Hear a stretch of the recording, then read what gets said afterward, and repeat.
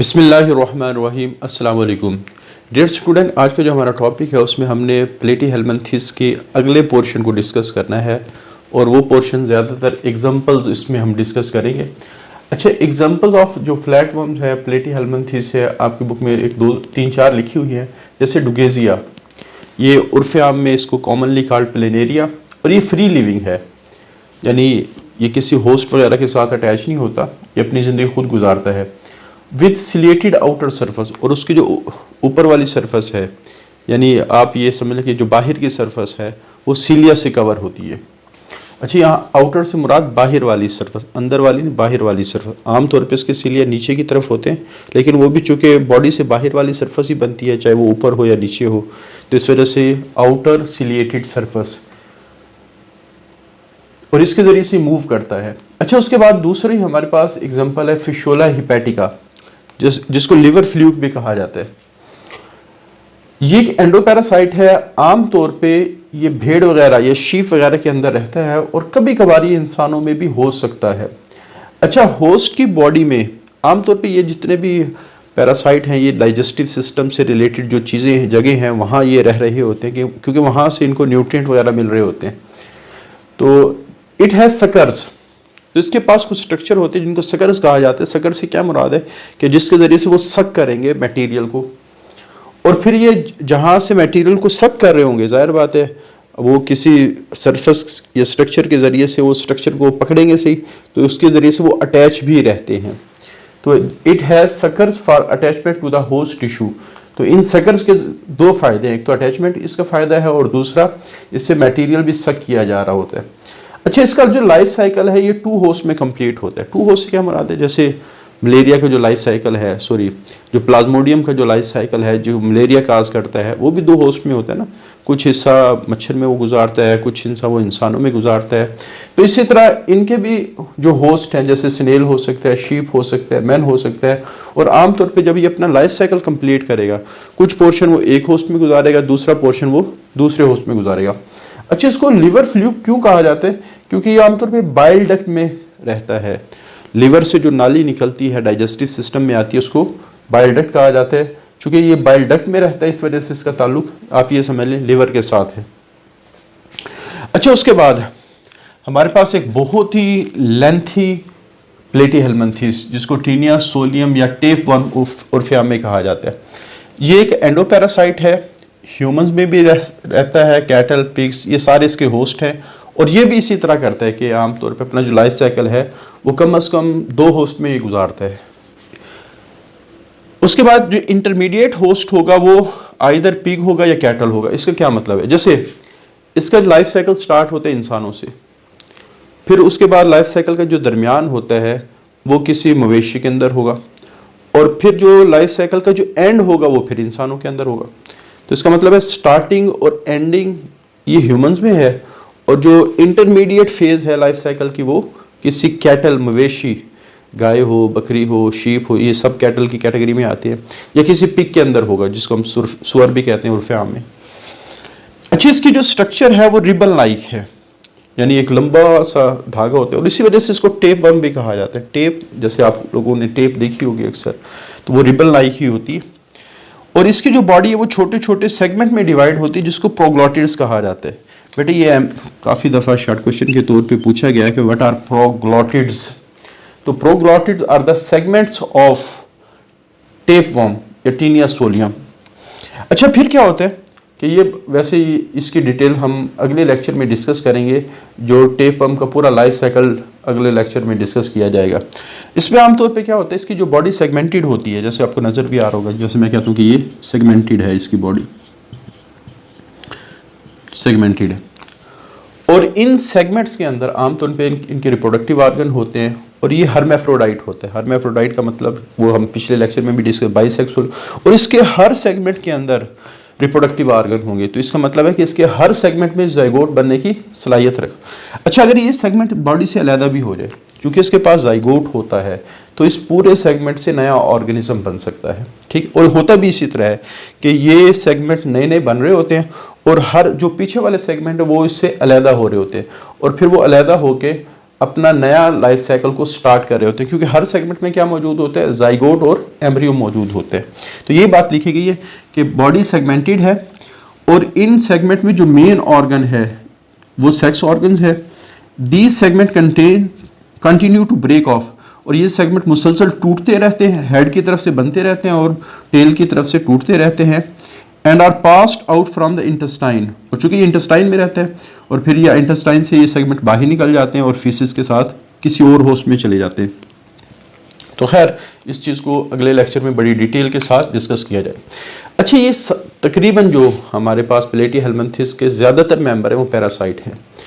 अब ये पैरासाइट है, किसी होस्ट की बॉडी के अंदर रहेंगे क्योंकि ये एंडो पैरासाइट हैं। तो जब ये होस्ट की बॉडी के अंदर रह रहे हैं, अब ये तो नहीं है कि होस्ट उनको आसानी से रहने देगा, जाहिर बात है होस्ट का जो डिफेंसिव सिस्टम है, इम्यूनिटी सिस्टम है, वो उनको मारने की पूरी कोशिश करेगा।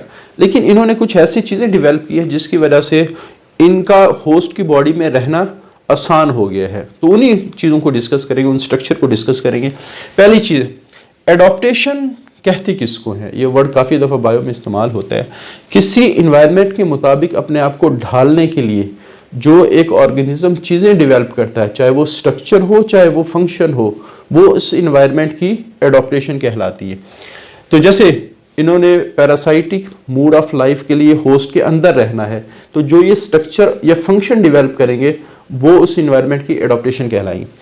Parasitic platyhelminthes have completely adapted themselves, उन्होंने अपने आप को मुकम्मल तौर पे ढाल लिया है to the parasitic mode of life, कि ये पैरासाइटिक मूड ऑफ लाइफ की तरफ पे ज़िंदगी गुजारेंगे। क्यों? क्योंकि इन्होंने फॉलोइंग कैरेक्टरिस्टिक को बड़ी अच्छी तरीके से डेवलप किया।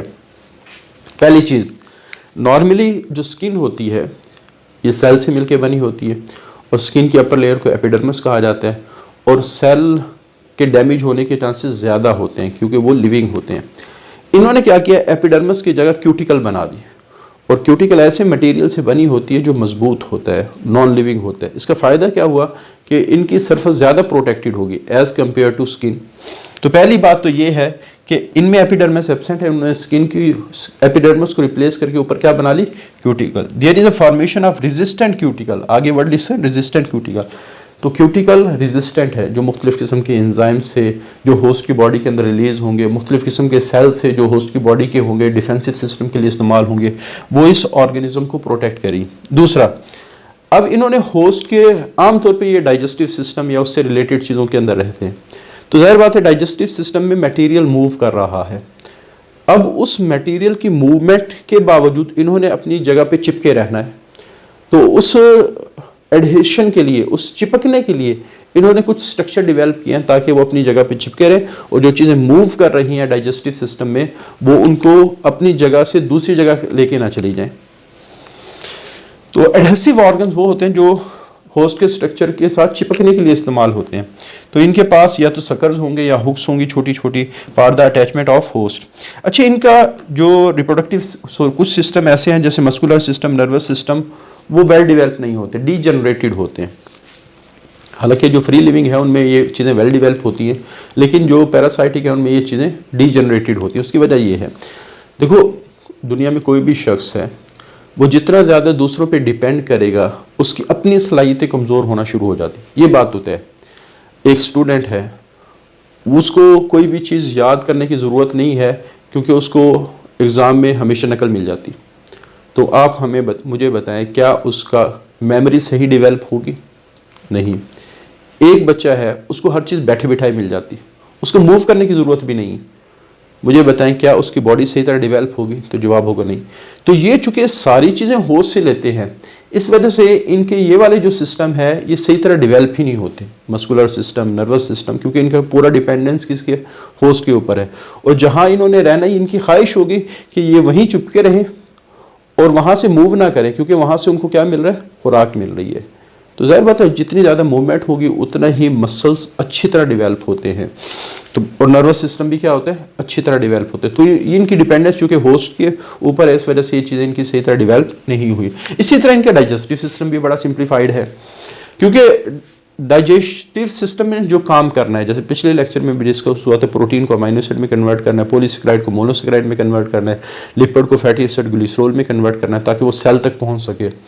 तो ये क्या करते हैं, ये होस्ट की बॉडी में जब फूड को लेते हैं तो बजाय वो प्रोटीन को जज़ब करने के अमाइनो एसिड को ही कर लेते हैं। फिर जाहिर बात है जब अमाइनो एसिड बॉडी में जा रहे हैं तो अमाइनो एसिड की डाइजेशन की बॉडी को ज़रूरत नहीं होती, वो एज इट इज़ इस्तेमाल होते हैं।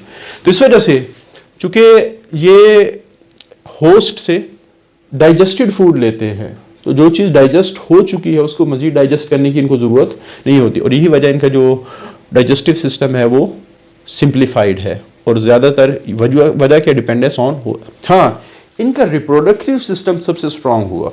उसकी वजह ये, देखो एक ऑर्गेनिज्म बॉडी के अंदर है, अगर उसके मेंबर थोड़े होंगे तो इम्यूनिटी जो सिस्टम होस्ट का होगा, जाहिर बात है वो उसके ऑर्गेनिज्म को मारेगा। अब लाजमी नहीं कि उसके अटैक की वजह से सारे मर जाएं, लेकिन कुछ तो मरेंगे ना। अगर 100 हैं 50 मर गए, 60 मर गए, कुछ बाकी रहेंगे, कुछ मर जाएंगे। अब सोचें अगर इनके मेंबर की तादाद सिर्फ 1 या 2 हो और दोनों ही मर जाएं तो इसका मतलब है इनका लाइफ साइकिल उस बॉडी से ख़त्म हो गया। अब एक अगर ऑर्गेनिज्म एक बॉडी से ख़त्म हो गया तो उसका मतलब उसकी वजह से जो आगे आने वाली जनरेशन थी वो सिलसिला भी, अगर हर बॉडी में इसी तरह होता रहे तो एक वक्त ऐसा आएगा ये सारे के सारे दुनिया से चले जाएंगे, ख़त्म हो जाएंगे, एक्सटिंक्ट हो जाएंगे। तो इन्होंने क्या कर रखा है कि अपने रिप्रोडक्टिव सिस्टम को इतना स्ट्रॉन्ग कर रखा है, इतना तेज़ी से रिप्रोड्यूस करते हैं कि इम्यूनिटी सिस्टम मार मार के थक जाता है, लेकिन इनके मेंबर फिर भी ख़त्म नहीं होते। इसका फ़ायदा इनको क्या होता है कि इनकी जो स्पीशी है वो मुकम्मल तौर पे एक्सटिंक्ट नहीं होती। Reproductive system are complicated. Reproductive system जितना ज़्यादा कॉम्प्लिकेटेड सिस्टम होता है ना उतना ही वेल डेवलप होता है, उतना ही उसकी कैरेक्टरिस्टिक क्या होती है, अच्छी तरह होती है। जैसे इंसान का जो ब्रेन है सबसे ज़्यादा कॉम्प्लिकेटेड है, तो इसका मतलब है कि इंसान का जो ब्रेन है सबसे ज़्यादा एफिशिएंट है। और इनमें जो ova are produce in large number, और इनमें जो एग है वो बहुत ज़्यादा तादाद में पैदा होते हैं। अच्छा, हालांकि स्पर्म भी पैदा होते हैं, लेकिन स्पर्म की तो वैसे ही नेचर है कि वो प्रोड्यूस इन लार्ज नंबर। आम तौर पे जैसे हायर एनिमल्स की बात करें, एग एक फेज़ में एक प्रोड्यूस होता है और स्पर्म की तादाद मिलियंस में होती है, लेकिन जब जाइगोट बनेगा वो एक ही बनेगा। वजह कि एग एक है, क्योंकि एग और स्पर्म के मिलने से जाइगोट बनता है। तो इनमें जब आप कह सकते हैं एग ओवा, एग ही बहुत ज़्यादा प्रोड्यूस होंगे, तो स्पर्म का मसला नहीं है, स्पर्म ऑलरेडी बहुत ज़्यादा तादाद में होते हैं, तो ओवरऑल इनकी जो रिप्रोडक्टिव रेट है वो बहुत तेज़ हो जाएगा। इसका फ़ायदा क्या होगा, to ensure continuity of the species, कि स्पीशी ख़त्म नहीं हो सकती क्योंकि इनकी रिप्रोडक्शन तेज़ी से हो रही है। अगर होस्ट का डिफेंस सिस्टम इनको मार भी रहा है फिर भी उसके बावजूद कुछ ना कुछ इनके मेंबर बॉडी में रह ही जाते हैं। फिर इनके जो लाइफ साइकिल के अंदर कॉम्प्लेक्सिटी है, यानी ये कोशिश करते हैं कि अपना लाइफ साइकिल एक से ज़्यादा होस्ट के अंदर कंप्लीट करें। उसका फ़ायदा ये होगा अगर सिर्फ एक होस्ट हो तो होस्ट अगर ख़त्म हो गया ना तो ये ख़त्म हो जाएंगे, लेकिन अगर 2 या 3 होस्ट हों तो इसका फ़ायदा ये होगा कि अगर एक होस्ट दुनिया से ख़त्म हो भी जाता है तो तब भी ये अपने आप को बाकी होस्ट में अपना लाइफ साइकिल को कंप्लीट कर सकते हैं। तो presence of more than one host during the life cycle is also an important parasitic adaptation. तो ये भी इनकी पैरासाइटिक एडॉप्टेशन के अंदर इनकी कामयाबी है कि इन्होंने अपने लाइफ साइकिल को कई होस्टों के अंदर ये कंप्लीट करवाते हैं, कई होस्टों के अंदर ये रहते भी हैं। तो ये हमारे पास 5-6 कैरेक्टरिस्टिक हैं जो पैरासाइटिक प्लेटी हेल्मिंथिस को एक होस्ट की बॉडी में बड़ी कामयाब ज़िंदगी गुजारने के लिए ज़रूरी थी। अच्छा, क्वेश्चन इसी तरह आता है, right any 2 adaptation, right any 4 adaptation of parasite of प्लेटी हेल्मिंथिस। तो इस तरह का क्वेश्चन आता है, और इसमें प्रोग्लॉटिड्स वाला ये भी बड़ा इंपॉर्टेंट शॉर्ट क्वेश्चन है। तो बहरहाल ये हमारा तकरीबन दूसरा पोर्शन कंप्लीट हो गया। अब एक छोटा सा आर्टिकल रहता है इन्फेस्टेशन और डिसइन्फेस्टेशन।